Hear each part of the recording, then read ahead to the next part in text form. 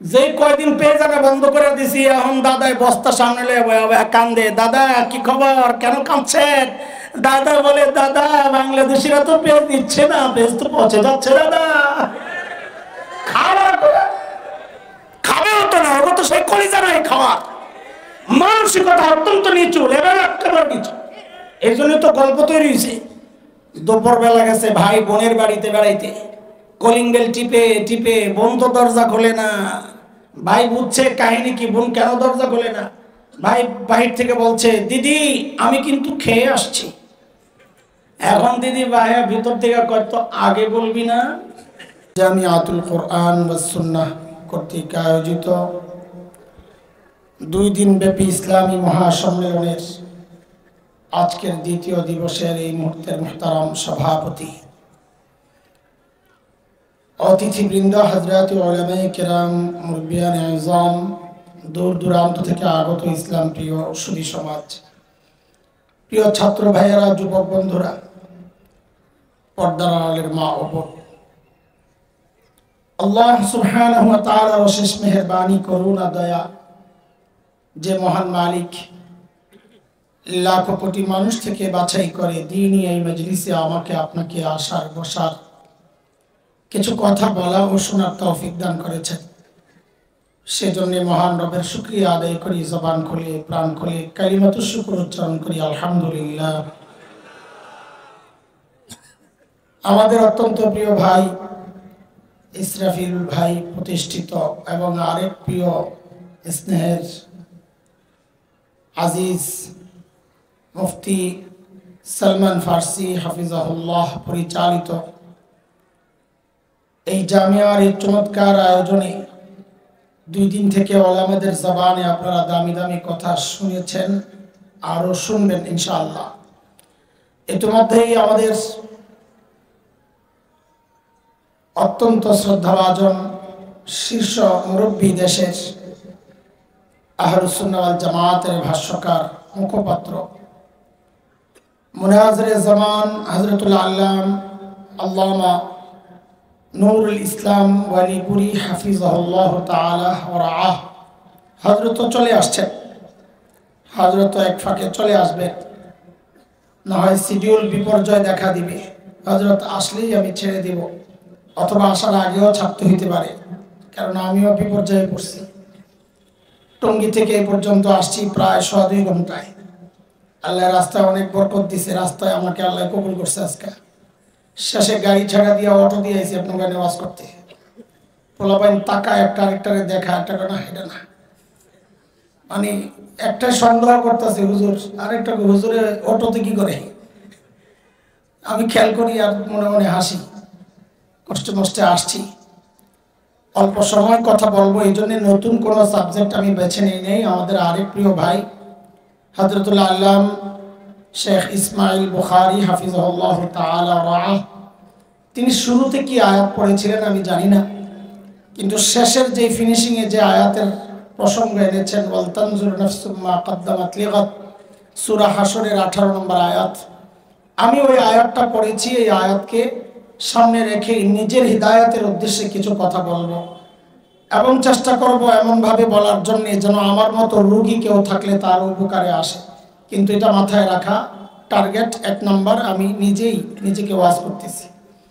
দোস্ত, আল্লাহ সুবহানাহু ওয়া তাআলা যে আয়াতটা আমরা পাঠ করেছি, আমাকে আপনাকে বড় মায়া করে ডাক দিয়েছেন, ইয়া আইয়ুহাল্লাযীনা আমানু। এই ডাকটা মালিকের বড় মায়ার ডাক। কোরআনে আল্লাহ ঈমানদারকে 2 ভাবে ডেকেছেন। কোথাও ডেকেছেন ইয়া আইয়ুহান নাস, ইয়া আইয়ুহাল ইনসান, ও মানুষ। কোথাও ডেকেছেন ইয়া আইয়ুহাল্লাযীনা আমানু, ও ঈমানদারেরা। হযরত মুফতি শফি রহমাতুল্লাহি আলাইহি বলেন, এই 2 ডাকের মধ্যে অনেক পার্থক্য। কি পার্থক্য? হযরত বলেন, আমরা আমাদের সন্তানকে ডাকার ক্ষেত্রেও এই পার্থক্যগুলো করি। আমরা আমাদের সন্তানকে কখনো নাম ধরে ডাকি, যেমন কথার কথা বলি, ইয়া আব্দুল্লাহ, তো সন্তান বুঝে বাবার ডাকের নমুনা ভালো না, হয়তো রেগে আছে। কিন্তু কখনো কখনো বাবা আর সন্তানের যে সম্পর্ক, এই সম্পর্ক ধরে ডাক দিয়ে বলেন আব্বু, তো সন্তান বুঝে আমার বাবা আমাকে মায়া করে ডাক দিয়েছেন। ঠিক আল্লাহ তাআলা যখন ডাকেন ও মানুষ, বুঝে নেওয়া আল্লাহ হয়তো রেগে আছেন, যেন নাম ধরে ডেকেছেন, কিন্তু আল্লাহর সাথে বান্দার যে সম্পর্ক, আল্লাহ যখন এই সম্পর্ক ধরে ডাক দিয়ে বলেন ও ইমানদারেরা, তখন বুঝে নেওয়া আমার মালিক আমাকে বড় মায়া করে ডাক দিয়েছেন। আমি যে আয়াতে কারিমা তিলাওয়াত করেছি, এই আয়াতে আল্লাহ মায়া করে ডাক দিয়ে দুইটা হুকুম করতেছেন। বলেন কয়টা? আল্লাহ বলেন ইয়া আইয়ুহাল্লাযীনা আমানুত্তাকুল্লাহ ওয়ালতানজুর নাফসুম মা কদ্দামাত লিগাদিন ওয়াত্তাকুল্লাহ।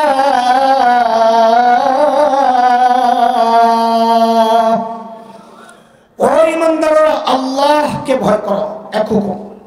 দুই, ওয়ালতানজুর নাফসুম মা কদ্দামাত লিগাদ, প্রত্যেকটা মানুষের উচিত তার আখিরাত নিয়ে চিন্তা করা। আমার আখিরাতের পুঁজি কি, কামাই কি, সম্বল কি, আমি আমার মালিকের সামনে কি নিয়ে দাঁড়াবো। বলে ওই চিন্তা করি বলেই তো এই মজলিসে আসছি, নাকি না অন্য কোনো ধান্দা আছে? খিচুড়ি টিচুড়ি তো নাই না? এই মুফতি সাহেব আছে নাকি? খিচুড়ি আছে? আল্লাহ সারাইছে। খিচুড়ি থাকলে ডর লাগে যে কাস্টমার যা দেখতেছি খিচুড়ি না ওয়াজের, আল্লাহ জানে। তো খিচুড়ি না থাকলে মোটামুটি নিশ্চিত হই যারা আছে অলিপুর শাহ হুজুরের বয়ান শুনতেই আসছে। আলহামদুলিল্লাহ। প্রত্যেকটা মানুষের চিন্তা করা উচিত। বলে চিন্তা করি বলেই তো আসছি। কিন্তু দোস্ত, আমাদের আখিরাতের চিন্তাগুলো যথার্থ হচ্ছে কিনা, আখিরাতের প্রস্তুতি যথাযথ হচ্ছে কিনা, যতটুকু দরকার, যেই পরিমাণের দরকার, যেই কোয়ালিটির দরকার, সেই পরিমাণ সেই কোয়ালিটি হচ্ছে কিনা, নাকি ঘাটতি আছে, ত্রুটি আছে, বিচ্যুতি আছে, কমতি আছে, বুঝবো কেমনে?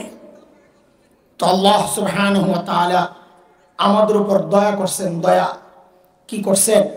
যে আমাদের জন্য আল্লাহ তাআলা হযরতে সাহাবায়ে কিরাম রিদওয়ানুল্লাহি আলাইহিম আজমাইনদেরকে নমুনা বানাইছেন। নমুনা, যে তুমি তোমার সব কিছু সাহাবীদের সাথে মিলায়া দেখো, তুমি তোমার ঈমানকে সাহাবীদের ঈমানের সাথে মিলায়া দেখো। যদি দেখো মিলে যায় তো বুঝবা তোমার ঈমান ঠিক আছে, আর না মিললে বুঝবা ভেজাল আছে। তখন তোমার কাজ হলো ঠিক করে নেওয়া। এই কথাটা কার? একটু বলেন না, কথা বলেন না। এই কথাটা কার? আর জোরে বলেন। আল্লাহ বলেছেন فَإِنْ آمَنُوا بِمِثْلِ مَا آمَنْتُمْ بِهِ فَقَدِ اهْتَدَوْا وَإِنْ تَوَلَّوْا فَإِنَّمَا هُمْ فِي شِقَاقٍ।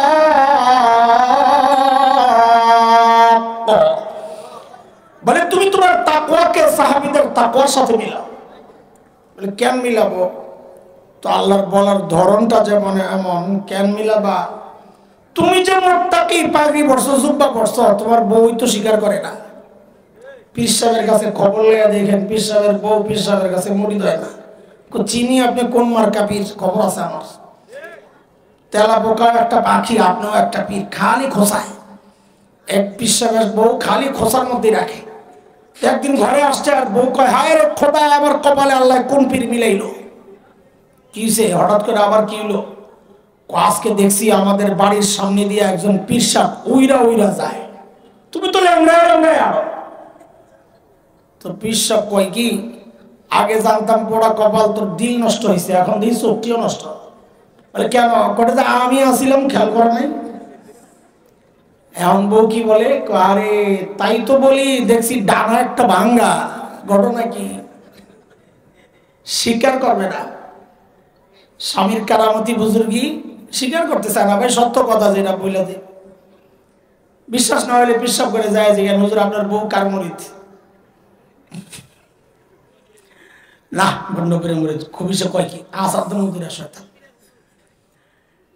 আল্লাহ তাআলা বলেন তুমি মুত্তাকি, তোমার পাশের মানুষ স্বীকার করে না। আর আমার সাহাবী, আমার নবীর সঙ্গীরা, তারা যে মুত্তাকি আমি আল্লাহ নিজে সাক্ষী দিচ্ছি। ইন্নাল্লাযীনা ইয়াগুদ্দুনা আসওয়াতাহুম ইনদা রাসূলিল্লাহ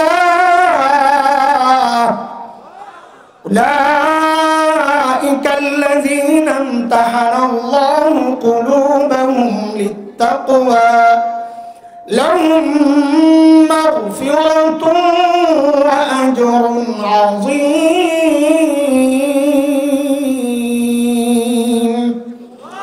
বলেন বলেন একটু আমার সাথে কথা বলেন আমাদের আমলকে কাদের সাথে মিলাবো জোরে বলেন কাদের সাথে বলে আল্লাহ কি দিবেন আগে কর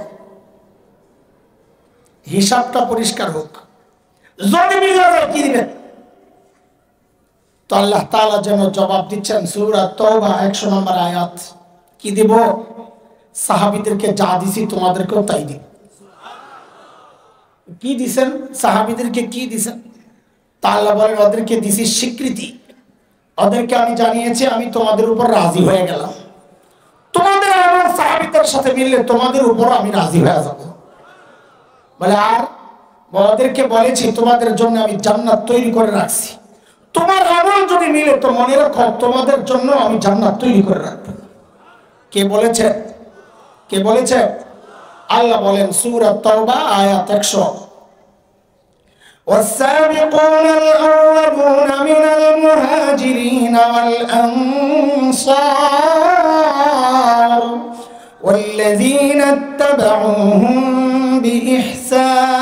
بإحسان رضي الله عنهم ورضوا عنه وأعد لهم جنات تجري تحتها الأنهار خالدين فيها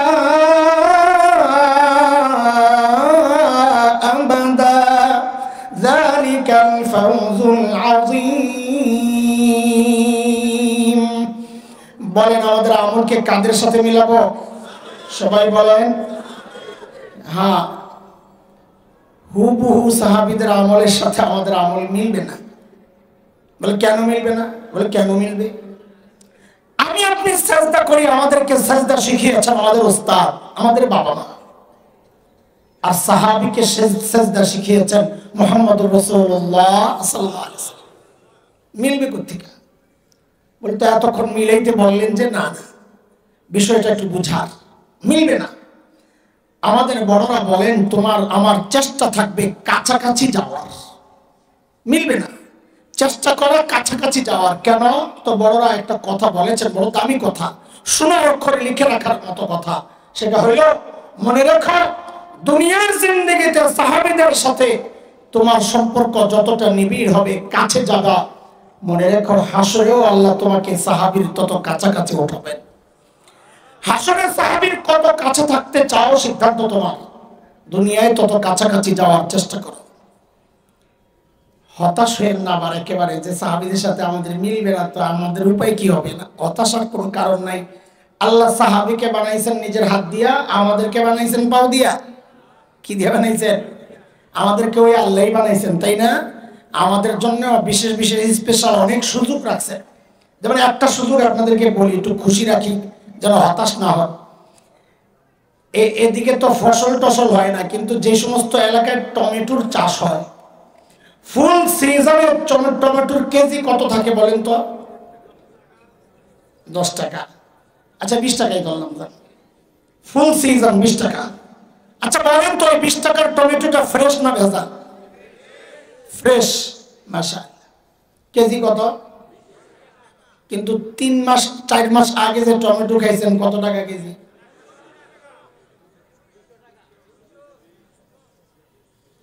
120 টাকা কইয়া আমার কষ্টটা আর বাড়ায় না এক জায়গায় খালি শুনছিলাম 300 টাকা আমার বড় শান্তি লাগছে কারণ 280 পর্যন্ত আমি ধরা খাওয়া মানুষ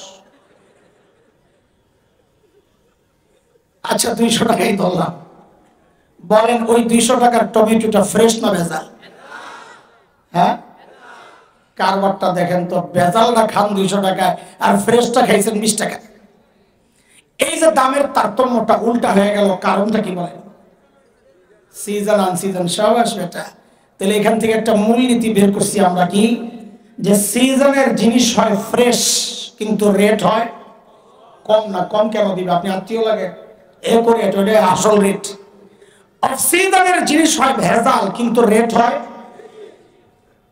এই এই এই নিয়মটা বুঝছে এই মূলনীতি বুঝছেন? আবার বলেন, সিজনের জিনিস হয় ফ্রেশ, রেট হয়। আবার কয় কম মুরগি বানাই দেবো, কিন্তু বারবার ভুল করলে কি আসল রেট। অফ সিজনের জিনিস হয় ভেজাল, কিন্তু রেট হয়। আল্লাহর সাথে যখন একা একা কথাবার্তা বলবেন না, বলেননি হায় আল্লাহ, বলবেন বলবেন, যত একা একা কথা বলবেন তত মহাব্বত বাড়বে। বলুন একা একা আবার কেমনি কথা বলে, চুপচাপ বিড়বিড় করবেন আর কি। আল্লাহ আমার উপর রাগ হয়েছেন না, রাগ হয়ে কি করবেন, শয়তানের লগে সংসার, মাফ করে দিলে তো হয়। আচ্ছা দেন না মাফ করে, আমারে জাহান্নামে দিবেন না, নিজের হাতে বানাইছেন জাহান্নামে ফালানোর লিগা। আর দেন যদি, তো এটা আপনার ইচ্ছা, কিন্তু মনে রেখেন আমারে জাহান্নামে দিলে কিন্তু আপনার শত্রু, আপনার নবীর শত্রু, আমার শত্রু শয়তান খুশি হইব। আর আমারে জান্নাত দিলে আপনার নবী খুশি হবেন। কারে খুশি করবেন আপনার ইচ্ছা। বয়া বয়া চুপচাপ খালি বিড় করবেন। হ্যাঁ, আল্লাহ খুব খুশি হন একা একা কথা বললে। ওই একা একা কথা বলার সময় একদিন বলবেন আল্লাহ একটা কথা আছে। কি কথা বল? বলে আল্লাহ আমারে তো ইবাদতের সিজনে পাঠান নাই। বলে ইবাদতের সিজন আবার কোনটা? বলে যারা নবী আলাইহিস সালামকে দেখে দেখে ইবাদত করছেন, হলো ইবাদতের সিজন। আমারে পাঠাইছেন অফ সিজনে, শেষ জমানায়, ফিতনার জমানায়। বলে তো কি হইছে বল?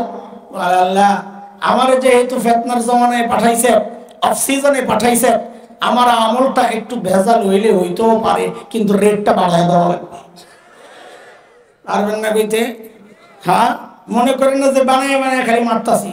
না না, ওলামারা আছে ধরবে আমারে। হাদিস আসছে, হাদিস, শেষ জমানায় সুন্নতের দাম শহীদের সওয়াব আসেনি? শেষ জমানায় সুন্নত আঁকড়ে ধরলে আল্লাহ শহীদের সওয়াব দেন, আছে হাদিসে। এই হাদিস প্রমাণ করে শেষ জমানায় আমলের রেট বেড়ে যায়। কথা ঠিক কিনা? তাহলে আমাদের আমলকে কাদের সাথে মিলাবো? জোরে বলেন, জোরে, কাদের সাথে? চলেন সাহাবায়ে কেরামের মৌলিক একটা বৈশিষ্ট্য শুনি, তারপর মিলাই। একটা বৈশিষ্ট্য, সাহাবীদের অনেক দারুণ দারুণ বৈশিষ্ট্য, একটা বৈশিষ্ট্য শোনাই আপনাদেরকে। হযরত আব্দুল্লাহ ইবনে মাসউদ রাদিয়াল্লাহু আনহু তাবিঈদের উদ্দেশ্যে বলতেছেন, তাবিঈদের, ইন্নাকুম আকসারু সালাতান ওয়া আকসারু সিয়ামান ওয়া আকসারু জিহাদা মিন আসহাবি রাসূলিল্লাহি সাল্লাল্লাহু আলাইহি ওয়াসাল্লাম ওয়ালাকিন কানু খায়রাম মিনকুম। শুনো, তোমাদের নামাজ বেশি, তোমাদের রোজা বেশি, তোমাদের হজ বেশি নবীর সঙ্গীদের থেকে, সাহাবীদের থেকে, কিন্তু তারা ছিল তোমাদের চেয়ে উত্তম। আশ্চর্য, তাবিঈরা অবাক হয়ে গেছে, আমল বেশি আমাদের, উত্তম তারা, ঘটনা কি? তো হযরত আব্দুল্লাহ ইবনে মাসউদ বলেন কারণ হচ্ছে ফাইন্নাহুম কানু আযহাদা মিনকুম ফিদ দুনিয়া ওয়া আরগাবা মিনকুম ফিল আখিরাহ। কারণ সাহাবীদের বড় আজীব বৈশিষ্ট্য ছিল, তারা ছিল তোমাদের চেয়ে বেশি দুনিয়া বিমুখ এবং তোমাদের চেয়ে বেশি আখিরাত মুখী। কাদের বৈশিষ্ট্য?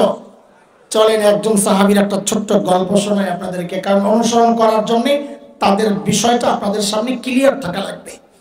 আল্লাহর নবী সাল্লাল্লাহু আলাইহি ওয়াসাল্লামের একজন শ্রেষ্ঠ সাহাবী ছিলেন হযরত সাঈদ ইবনে আমির আল জুমাহি রাদিয়াল্লাহু আনহু।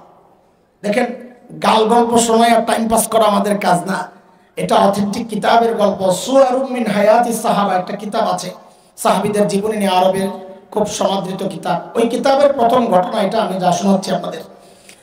হযরত সাঈদ ইবনে আমির আল জুমাহি মুসলমান হয়েছেন একটু দেরিতে। দেরিতে মুসলমান হলে কি হবে? ঈমান ছিল বড় পাক্কা। কতটা পাক্কা? একটা ছোট্ট গল্প শুনলেই বুঝবেন। হযরত ওমর যখন খলিফা, ওমর নরম না গরম? ওই তাড়াতাড়ি গো, কেমন গরম? আচ্ছা, কেমন কেমন গরম ওটা একটা হাদিস শুনলেই বোঝা যায়। নবী আলাইহিস সালাম বলেছেন ওমর যে রাস্তায় চলে শয়তান আর ডরে ওই রাস্তায় থাকে না। এটাই যথেষ্ট বোঝার জন্য ওমর কত গরম। এমন গরম মানুষটারে যায় হযরত সাঈদ বলেন কি জানেন, ওমর আল্লাহ দায়িত্ব দিয়েছেন ঠিকঠাক মতো আদায় করেন, নাহলে কিন্তু খবর আছে। বাপ রে বাপ, আর কলিজার সাহস কত! এত সাহস কই পেয়েছে? কারণ হচ্ছে মানুষ যত সৎ হয় তার সাহসটাও তত উঁচা হয়।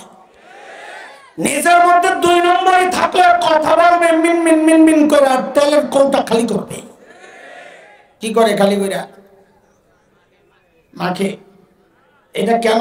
যখন নিজের মধ্যে দুই নম্বরই থাকে। সাংবাদিক সম্মেলনে বসছে, কতগুলো শুয়োর বসে রয়েছে সামনে, ওগুলো জিজ্ঞেস করি, মাননীয় প্রধানমন্ত্রী আপনি এই বয়সে কাজে এত এনার্জি কোথায় পান? সারা দুনিয়ার জন্য আপনি উন্নয়নের রোল মডেল। বাপরে বাপ, শয়তানের রোল মডেল। উন্নয়নের রোল মডেল, কাজ করছে 10 টাকার, খাইছে 2000 টাকা। উন্নয়নের রোল মডেল।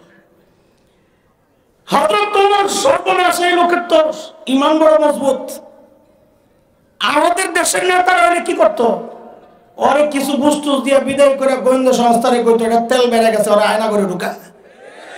ঠিক নি কথা? কিন্তু তিনি আল্লাহর নবীর সাহাবী, তারা সৎ লোক তালাশ করে। নিজে দুর্নীতি করে না, তো ওর জন্য আশপাশে আর দুর্নীতি দিয়ে সাজাইতে হয় না। নিজে যারা দুর্নীতি করে আশপাশটাও এরকম দুর্নীতিবাজ দিয়ে সাজায়, আর লেনদেনারে পাশের দেশে নিয়ে বাঙ্গারা হয়ে যেন বিপদে বললে টান দিলে জানো যায়। আর ওই পাশের দেশের যখন দেখে তার গোলামরা এই দেশ থেকে লাথি দিয়ে বাগাই দিয়েছে, তখন একদম মাথা খারাপ হয়ে যায়। তখন খালি হুমকি দেয়, পেঁয়াজ আটকায় দেবো। কি আটকায় দিব? পেঁয়াজ বলে আটকায় দেবো। আমরা কই দে, আমরা শিখাই দিয়ে গেছে না, পেঁয়াজ তারা তরকারি রান্ধন যায়, লাগবো না তো পেঁয়াজ। যে কয়দিন পেঁয়াজ আনা বন্ধ করে দিছি, এখন দাদাই বস্তা সামনে কান্দে, দাদা কি খবর, কেন কাঁদছেন? দাদা বলে, দাদা বাংলাদেশিরা তো পেঁয়াজ দিচ্ছে না, পেঁয়াজ তো পচে যাচ্ছে দাদা। খাবে হতো না, ওরা তো সেই কলিজা নাই খাওয়ার। মানসিকতা অত্যন্ত নিচু, লেভেল একেবারে নিচু। এই জন্য তো গল্প তৈরি হয়েছে। দুপুর বেলা গেছে ভাই বোনের বাড়িতে বেড়াইতে, কলিং বেল টিপে টিপে বোন তো দরজা খোলে না। ভাই বুঝছে কাহিনী কি, বোন কেন দরজা খোলে না। ভাই বাহির থেকে বলছে, দিদি আমি কিন্তু খেয়ে আসছি। এখন দিদি ভাইয়া ভিতর থেকে কত আগে বলবি না, ওরা বলে আবার আমরা দেশ দখল করবো কত দিয়ে। একটা দেশ দখল করার জন্য মানসিক শক্তি লাগে, কিন্তু কথা বলে। এই জন্য আমি বলি, যাদের চরিত্র এত নোংরা, যাদের রুচি এত নিচে, আরেক দেশ দখল করার হিম্মত ওদের হওয়ার কথা না। আরে এগুলো তো আমাদের বাচ্চা, ওরা আসবে পাগড়ি নিবে, তো তাকায় থাকলে আমার কথা আমার কেমন লাগে, আমার বলতে মনে চায়। একটা লাইনে আছে, কথা শোনেন তাড়াতাড়ি, আমার ছাড়তে হবে তাড়াতাড়ি। আমি বরং বলি, আমাদের দখল করার আগে নিজেকে হাগার জায়গা ঠিক করে আইস। এখনো যারা রাস্তাতে টয়লেট করে, মলত্যাগ করে, এরা বলে আমার দেশ দখল করবে। কত দিকে কারবার। আমরা যখন দেওবন্দ গেছি, তো দেওবন্দ থেকে, কলকাতা থেকে দেওবন্দের ট্রেনে উঠছি, লম্বা জার্নি। তো সকাল হইলেই কৌতূহল নিয়ে জানালার কাছে যাইতাম, নতুন নতুন এলাকা দেখা যায়। হায় আল্লাহ, গেলি যে দৃশ্যটা দেখতাম লজ্জায় মুখ ফিরিয়ে নিত। কি রেল লাইনে লাইন ধরে বসে রয়েছে সব ফ্যামিলি প্যাকেজ, বুড়া জুয়ান নারী পুরুষ গুড়া গাড়া যা আছে, চিকন এরকম এরকম এরকম চিকন একটা বোতল নিয়ে বইস। মানিজ্য রক্ষার্থে মাথা নিচের দিকে, মহিলারা কাপড়টার একটু টাইনা দেয়, পিছন দিয়া খালি মলত্যাগ করতেছে রাস্তার পাশে। এইরকম ট্রেন লাইন রেল লাইনের পাশে ওরা নাকি আমার দেশ দখল করবে, এই হুমকি দেয়। আমি তখন বলি, সাহস করে ঢুকে যা, সাহস করে ঢুকে যা, খেলা হবে ইনশাআল্লাহ। ছোটবেলা থেকে যে জিহাদের চেতনা লালন করছি, তোরা না ঢুকলে ওটা বাস্তবায়নের সুযোগ তো পাচ্ছি না। ঢুকে যা, ঢুকে যা।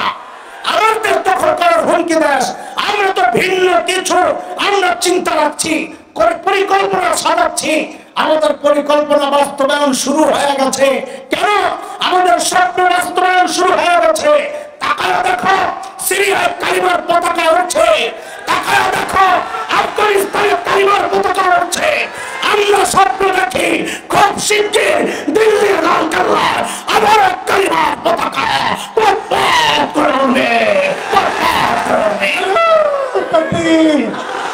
নারায়ে তাকবীর, নারায়ে তাকবীর। ইসলামের শত্রুরা, আমি বললাম শত্রুরা, বাংলাদেশের শত্রুরা আমার দেশ দখল করার পরিকল্পনা আগে ওরা দেওবন্দের ইতিহাসটা একটু পড়ে আসে। বাংলাদেশে ওরা দেওবন্দের এক সময় ইতিহাস আছে। ওরা দেওবন্দের রক্ত যখন এই উপমহাদেশের জমিন স্পর্শ করেছিল, ব্রিটিশ লাল কুত্তা পালাতে বাধ্য হয়েছিল। ওরা দেওবন্দের রক্ত যখন আফগানিস্তানের জমিন স্পর্শ ভুল লোকেরা পালাতে বাধ্য হয়েছিল। সাম্প্রতিক কালে তালেবানের শরীর হয়ে ওলামায়ে দেওবন্দের রক্ত যখন আফগানিস্তানের জমিন স্পর্শ করেছে, আমেরিকা নেটো কুত্তার মতো পালাতে বাধ্য হয়েছে।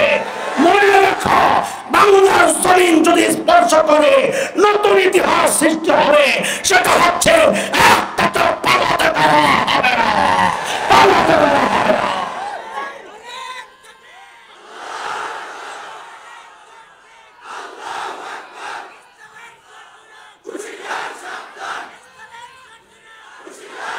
ভারতের দালালেরা হুঁশিয়ার সাবধান, দালালিয়ার করিস না রে, পেটের চামড়া থাকবে না রে, দালালিয়ার করিস না রে। ভারতের দালালেরা নারায়ণ তাকবীর।